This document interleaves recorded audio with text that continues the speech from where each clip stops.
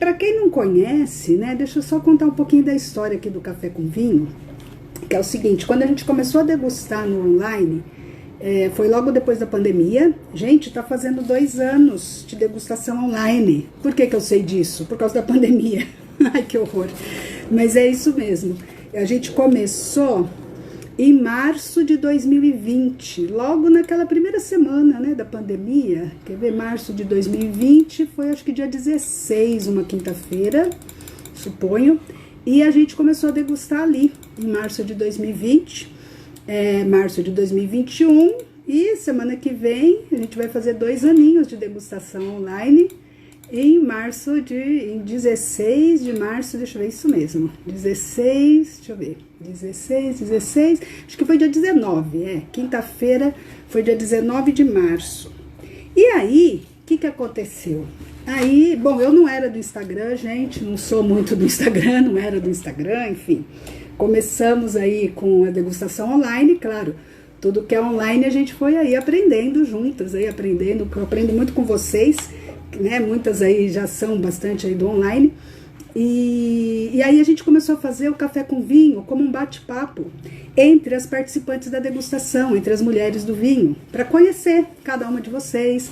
Então tem uma série de vídeos que estão aqui no Instagram, estão lá no YouTube gravados, que eram das primeiras, né, que começaram a degustar no online, contando um pouco do vinho, da sua história, de como era, então, como começou, né, e o que estava achando aí das degustações. Aí depois a gente, né, mudou um pouquinho o foco, tal, acabou, né, não fazendo mais dessa maneira o Café com Vinho, eu deixei de fazer o Café com Vinho. Mas agora, né, 2022, vamos retomar esse Café com Vinho. E eu tô retomando justamente esta semana, Café com Vinho. Eu fiz a primeira live no Dia Internacional da Mulher, tá gravada aqui. E a gente vai começar o Café com Vinho de uma maneira um pouco diferente agora, né? Eu vou trazer, na verdade, perguntas de vocês, perguntas que já me fazem, que já me fizeram, perguntas que vão me fazer, né? A respeito das mulheres e do universo dos vinhos. Então é justamente isso que nós vamos começar a fazer aqui, perguntas. E, claro, vou tentar aqui responder, mas não tanto responder, eu acho que mais que nada a gente fazer uma reflexão juntas, né? E pensar um pouco nessas perguntas. Se algumas perguntas forem mais técnicas, né? Posso até trazer referências e materiais. E algumas perguntas mais filosóficas a gente pode realmente conversar e discutir, né? E um pouco chegar aí em algumas ideias. Então é isso. Isso vai ser o nosso Café com Vinho. E vamos começar aqui. Bom, então, deixa eu começar assim, de uma maneira mais oficial, né? Para a gente dar um corte. Bom, estamos começando então o nosso Café com Vinho, que é o nosso debate sobre vinhos com as mulheres e envolvendo o universo dos vinhos. Então, nesse nosso papo semanal, é onde eu vou responder perguntas, as perguntas interessantes, perguntas que vocês tenham aí, questões sobre os vinhos, né, e o nosso relacionamento com eles, e também eu posso trazer aqui questões para te ajudar a dominar cada vez mais o universo dos vinhos.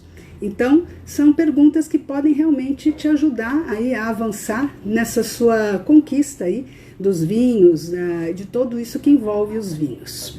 Bom, eu sou Lília Loureiro, especialista de degustação de vinhos para mulheres, e hoje nós vamos responder 3 perguntas que me fizeram na recente Jornada das Mulheres do Vinho, que é um evento que eu vou organizando de tempos em tempos. Eu faço uma semana de evento, que é uma semana mais intensa, com lives e com aulas mais profundas aí para ensinar como que é possível, né, para mostrar, na verdade, como é possível que a gente domine todo esse universo dos vinhos, que às vezes parece muito amplo, né, muito gigantesco. Como é possível a gente conseguir dominar esse universo através de um caminho, de um veículo, daquilo que eu chamo que é a nossa nave espacial para viajar pelo universo dos vinhos, que é o poder da degustação.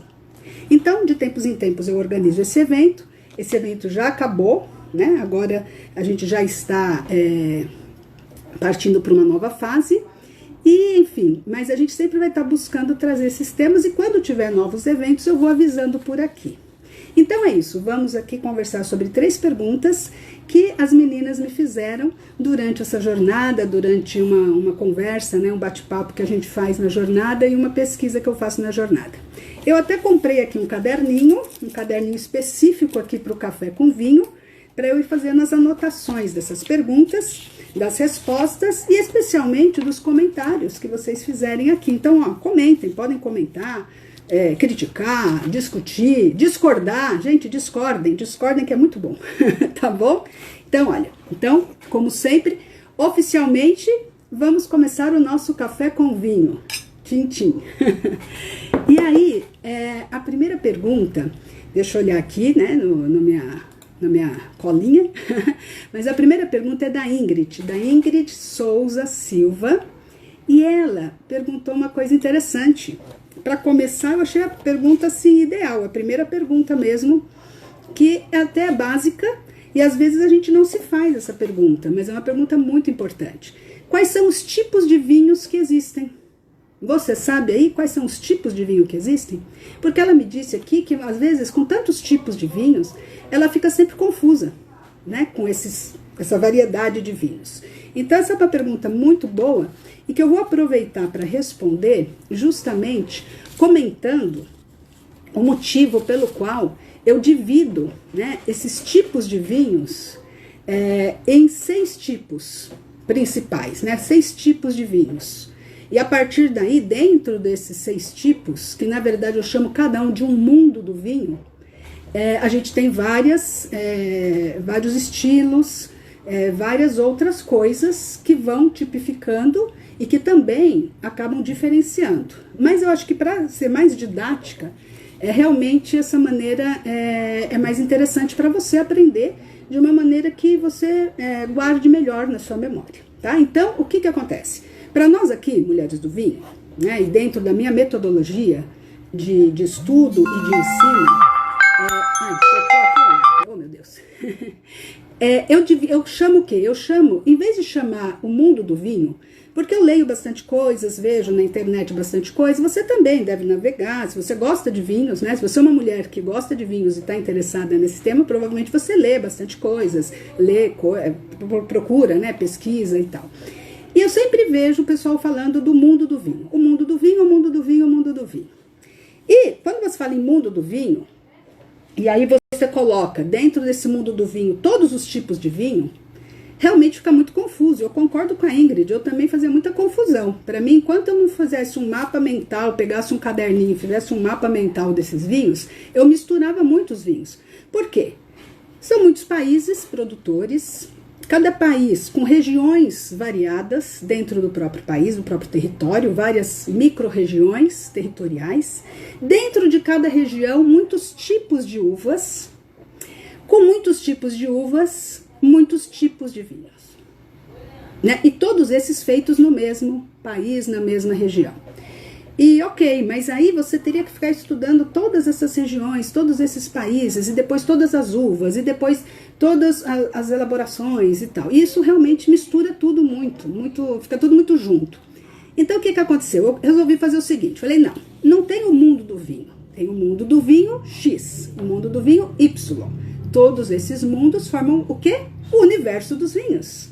Então por isso que vocês vão me ouvir falar muito aqui de universo dos vinhos, né? E eu separo dentro do universo macro dos vinhos, os mundos dos vinhos. Quais mundos? Os mundos dos vinhos representam os tipos de vinhos, tá? Os tipos básicos, os tipos que existem, que basicamente são os tipos que a gente mais conhece e que a gente vai estar encontrando para comprar, para estudar, enfim. São os tipos de vinhos. Então pensem aqui, olha, o meu raciocínio qual foi, né, dentro disso.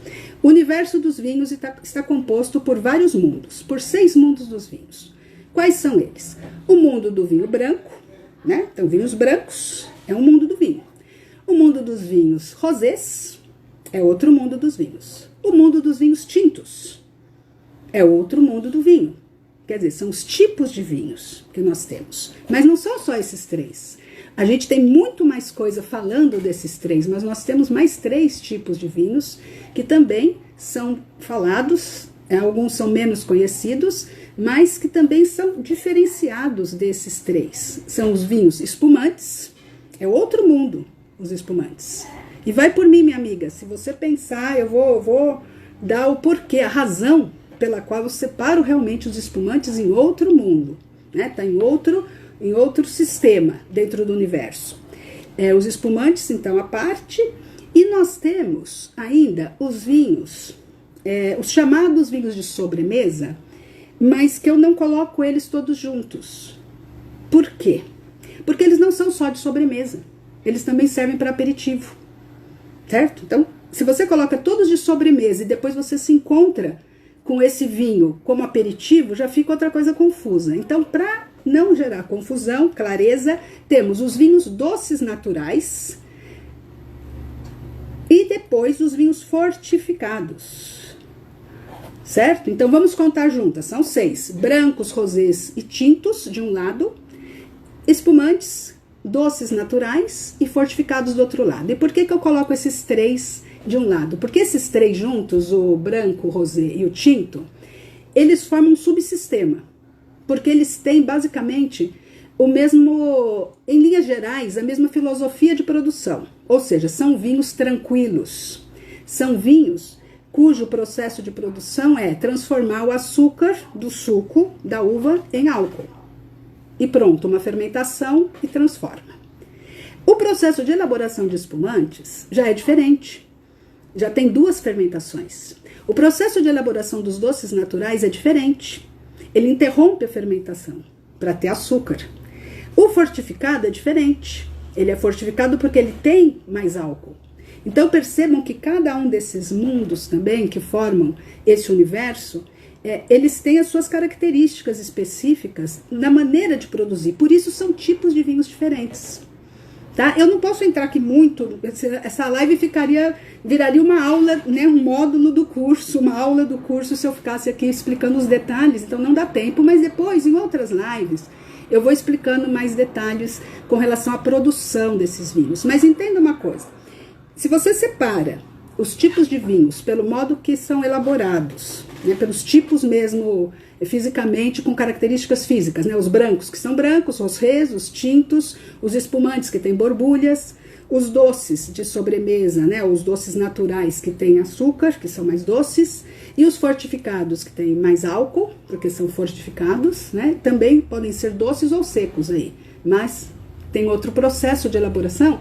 Você dá uma clareza para entender, na hora que você estiver diante de um desses vinhos, entender do que se está falando, de que mundo nós estamos tratando aqui. A partir daí, com o estudo, aí sim, aí a gente aprofunda o estudo de cada um desses mundos, né, de cada um desses tipos de vinhos. Então, a partir daí, você vai ficando com maior clareza. E esses mundos eles se sobrepõem, tá? Então, o que acontece? Mas aí, quando eles se sobrepõem, mas você sabe em que mundo você está, você já não fica mais perdida, não fica mais confusa, entende? Por exemplo, eu tô no mundo dos vinhos brancos de Portugal. Tudo bem, lá também tem tintos, lá também tem fortificados, lá também tem espumantes, lá também tem os rosés. Mas agora eu tô no branco, que é o mundo do vinho branco, e aí eu tenho os parâmetros desse mundo, eu sei como funciona esse mundo, e agora eu estou focada nesse mundo, mesmo que seja em Portugal, que também se misturam outros tipos de vinhos, né? Tem uma riqueza de vinhos ali importante. Então isso dá uma clareza. Então eu espero que a Ingrid agora tenha, né, e vocês todas, né, claro, tenham essa clareza de quais são os tipos de vinhos, né, que nós tratamos aqui de aprender, que são esses tipos de vinhos. Então, retomando, né, para ficar claro, os brancos, os rosés e os tintos, os espumantes, os doces naturais e os fortificados. 6 tipos de vinhos, né? E 6 mundos de vinhos no nosso universo. No universo que nós queremos dominar. Bom, esta foi a primeira pergunta. Vamos passar agora a outra pergunta. Deixa eu olhar aqui, peraí, vamos olhar aqui. A outra pergunta, deixa eu ver quem que fez essa pergunta. Foi a Érica Cristina Meneghelio, espero ter falado certo, a Érica Cristina. Então, a Érica Cristina, ela perguntou o seguinte, ela perguntou uma coisa legal também, muito bacana isso aqui.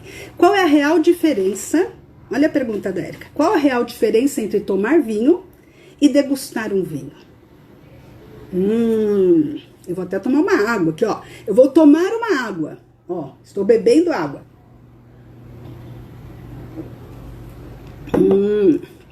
Agora, se eu for degustar o vinho, eu não vou beber o vinho. Eu vou fazer toda uma análise, né? Uma análise desse vinho, porque o degustar, ele significa você não somente beber. Claro que no final das contas a gente bebe o vinho. Mas antes de beber, é você analisar, você se aproximar desse vinho e analisar as características dele, conhecer esse vinho antes, né, de só beber. E colocando uma atenção plena nesse vinho. Eu diria que isso é parecido com meditação, tá? Vou fazer uma analogia, gente, eu não sou especialista em meditação. Na verdade, ó, o cabelinho molhado é porque eu tô fazendo agora piscina. Tá, tô vindo da natação, isso sim, né? Depois de uns anos aí decidi aprender a nadar, e fazer uma hidro também, então por isso que o cabelinho aqui tá molhado. Mas assim, se a gente fosse pensar em meditação, ou em meditação, ou principalmente no que se fala agora, né, de colocar foco, a meditação ela é muito baseada na respiração. Então qual a diferença de respirar e qual a diferença de você respirar com a intencionalidade, né, da meditação? Porque meditar é você respirar no silêncio, né? Quer dizer, num silêncio que não é um silêncio mental, porque a mente fica, mas é assim, é você colocar intenção, colocar atenção naquilo que você está fazendo. Porque respirar, todas nós respiramos. Se a gente parar de respirar, né, a gente morre. Então, e comer e beber, a gente também come e bebe. Então, a diferença do tomar um vinho ou de beber um vinho, quando a gente bebe o vinho, pensando que o vinho faz parte da dieta, faz parte da alimentação, né? É como beber água, né? A gente bebe água, a gente não fica analisando a água, quer dizer, a gente, quando tá com sede, a gente bebe água. A gente tá numa refeição, a gente bebe o vinho. Você não para ali naquele momento para analisar o vinho, você está, na verdade, suprindo uma necessidade primária, as necessidades básicas do ser humano, que é a alimentação, é comer, beber, dormir, descansar, né? Então, a necessidade básica é suprida através desse ato do beber, ou do tomar, né? Ou do comer alguma coisa. O degustar já é diferente. Por quê? Porque ele demanda que você coloque a atenção naquilo que você está fazendo. Você está degustando para você entender o que é aquilo. Então, tem que ser um processo que tem que ser realizado com a intencionalidade, mas mais que isso, aí sim vem uma questão que tem que ser utilizado com uma técnica. Porque se você degusta, porque também existe, eu também separo aqui, aquela questão do degustar social e do degustar técnico, né, ou do analítico. Eu chamo do degustar social isso que a gente faz socialmente mesmo. Ninguém vai parar lá para ficar fazendo uma análise, uma ficha técnica do vinho e tal. Então a gente faz o quê? Uma aproximação do vinho, uma análise ali do vinho, mas uma análise mais solta, mais sutil, dizendo, eu gostei desses aromas, gostei daqui, gostei dali, ou senti isso, senti aquilo, mas de uma maneira mais informal, vamos dizer assim. E a gente também não está ali preocupada, muitas vezes, em analisar cada característica, escrever cada detalhe. Agora, para a gente poder chegar a essa degustação social de uma maneira não superficial, ou seja, não só do tipo, gostei. Gostou? Por que você gostou? Do que você gostou? Me conta mais. Né? Aí não tem conversa, não tem papo. O legal do vinho é que ele gera papo, tá, gente? Ele gera papo.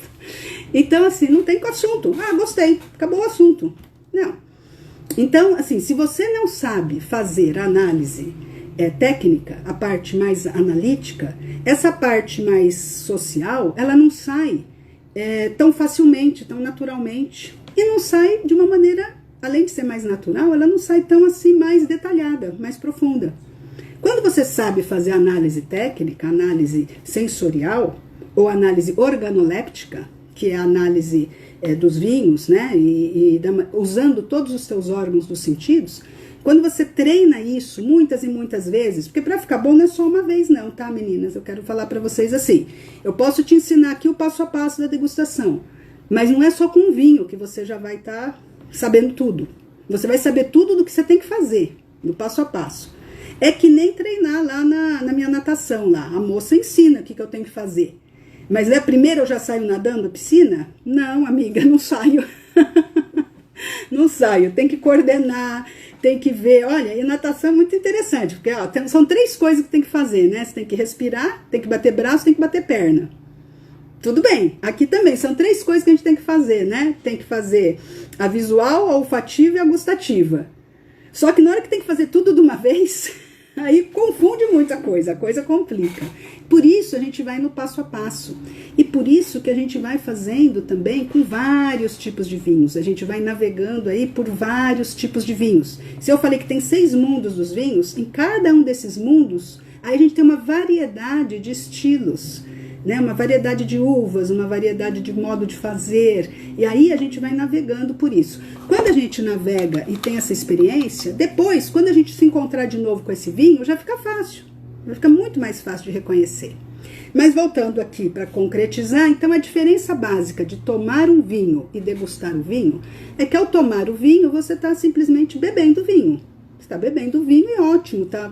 Bebendo vinho com o seu jantar, com a sua comida, ou socialmente, ou num evento, e você está ali bebendo vinho e com a sua atenção nas coisas daquele momento, não no vinho. Você não está focado em analisar o vinho. Assim como quando eu bebo a água, eu não estou aqui focada em dizer, esta água está mais mineral, essa água tem um pH diferente, essa água... Porque a água também, né, incolor, inodora, insípida. Mas água, gente, tem degustação de águas, tá? Para quem não sabe, não sei se você sabia ou não, mas existem degustadores de água, porque tem águas que têm mais alcalinidade, tem águas que têm mais mineralidade, tem umas diferenças, né, nas águas também. E aí, o que acontece? Basicamente, o que é o degustar? O degustar, na verdade, é você colocar essa atenção proposital mesmo. E aí você fazer uma análise do vinho, do aspecto visual, do aspecto gustativo, do aspecto olfativo, né? E aí você aprendendo isso, você consegue replicar essa mesma análise para qualquer tipo de vinho, né? E esse momento de fazer essa análise é um momento social? Eu diria que não. A não ser que você faça internamente para você, né? Assim, internamente você faz, na medida que você tem a prática de fazer isso. Mas quando a gente está aprendendo, a gente tem uma ficha técnica de degustação que vai sendo nosso guia, nosso GPS, e é onde a gente vai anotando, tomando notas e percebendo as coisas, as nuances, tá? Então, basicamente é isso. Espero ter respondido essa pergunta. E por último, temos mais uma pergunta que também é muito legal, que vai ser muito esclarecedora. Essa é da Fernanda Adriana de Paula. A Fernanda, ela perguntou uma coisa bem bacana. Ela queria saber a diferença do novo mundo e do velho mundo do vinho. Eu não sei se você já escutou falar essa expressão, né? Do velho mundo e do novo mundo do vinho. Isso também a gente escuta bastante e lê bastante em artigos. Às vezes, inclusive, quando vocês vão comprar vinhos, não sei se você já percebeu, às vezes tem ou sites, ou mesmo a organização da prateleira, ela acaba separando o velho mundo e o novo mundo do vinho. E isso daqui é uma maneira fácil de você entender, é a seguinte: o vinho, ele nasce, né? Ele é milenar. O vinho, ele nasce, na verdade, o vinho ele não foi inventado, né? Ele foi descoberto, né? O processo natural de elaboração dos vinhos, na verdade, é um processo natural de fermentação. E o homem, enquanto ele foi nômade, ele mudava, né? Ele andava e caminhava lá eu não sei se é paleolítico, neolítico, enfim, o homem da idade da pedra, ele não era sedentário, né? Ele era nômade. Enquanto ele foi nômade, na verdade, ele não plantava, ele não cuidava dessa parte da agricultura. Ele só foi cuidar de agricultura depois que ele se estabeleceu, né? Depois que ele ficou estabelecido. Então, o que acontece? Então, o vinho vem dessa época milenar, né? E aí ele foi migrando, ele nasceu mais no Oriente, né? Naquela região mais da Geórgia, ali da Mesopotâmia. Depois ele foi vindo para o Egito, né? Do Egito foi onde se desenvolveu bastante a cultura, né? A viticultura.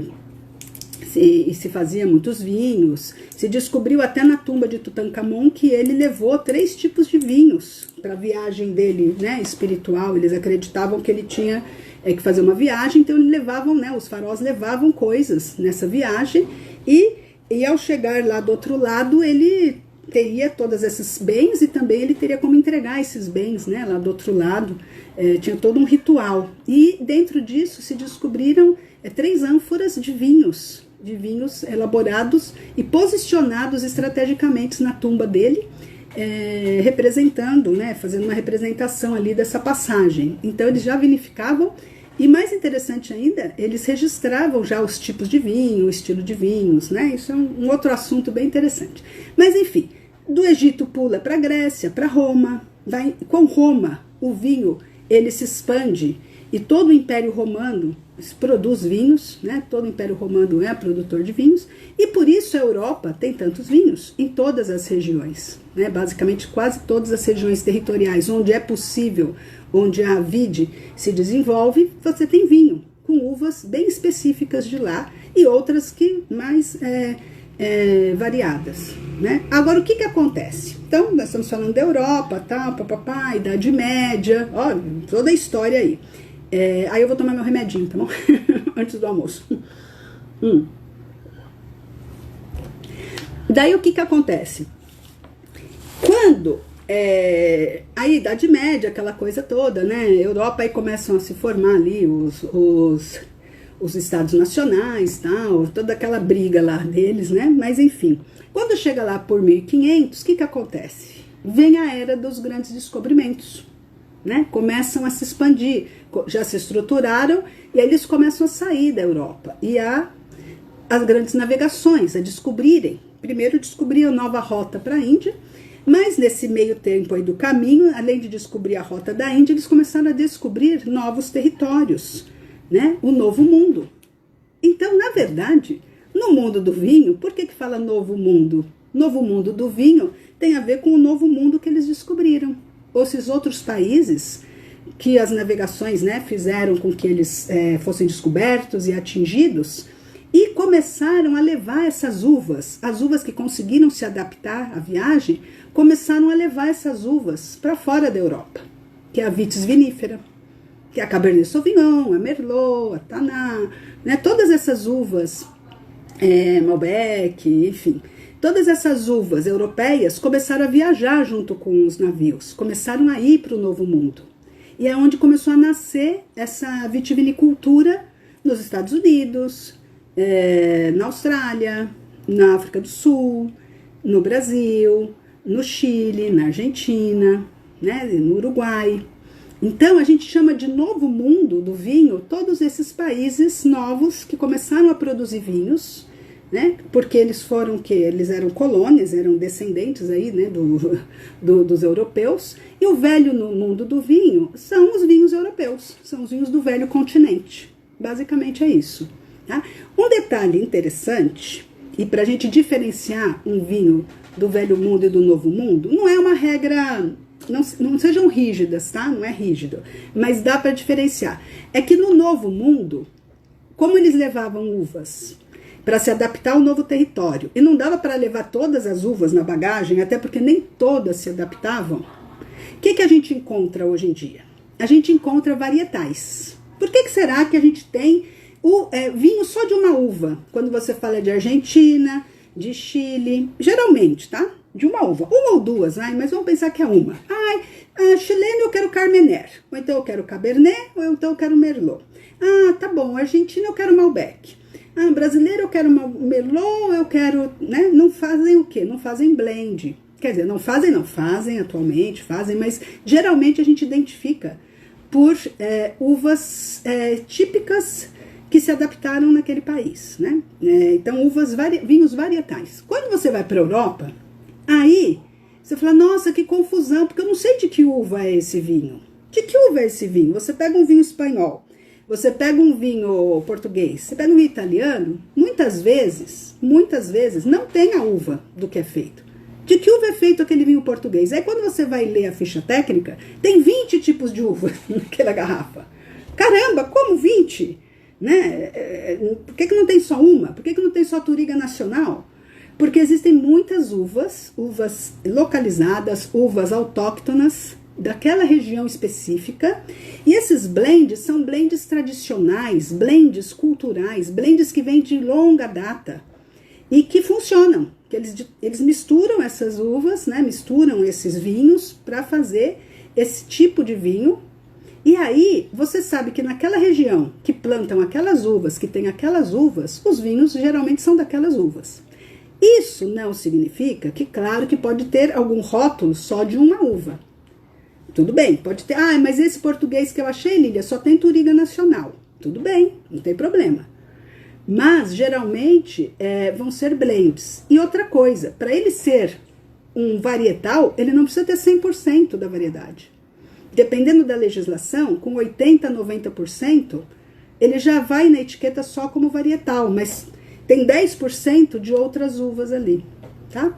Então, assim, uma das identificações, né, uma das características genéricas é que na Europa se faz muito mais vinhos com blends, tem também varietais, mas é mais blends, e no Novo Mundo se faz mais vinhos varietais, né? E cada país tem aquela uva de preferência, mais plantada, ou que se adaptou melhor. Acaba sendo que cada país tem uma uva típica do seu país, né? Isso é interessante também. Então, para estudar as regiões, o Novo Mundo e o Velho Mundo, você percebe que é um pouco diferente, né? A gente fazer o estudo por uvas, de que fazer estudo por regiões geográficas, né? Ou por países, né? Uvas e países, e lá por regiões geográficas dentro do país e as uvas típicas da região, tá bom? Então, espero que com isso também tenha aqui respondido a pergunta, né, da Fernanda. E com isso, meninas, está na hora de ir almoçar, né? Já estamos aqui na hora do almoço. Então, obrigada por estarem por aqui. Essa daqui vai ficar gravada, essa live. E a gente se vê no nosso próximo Café com Vinho.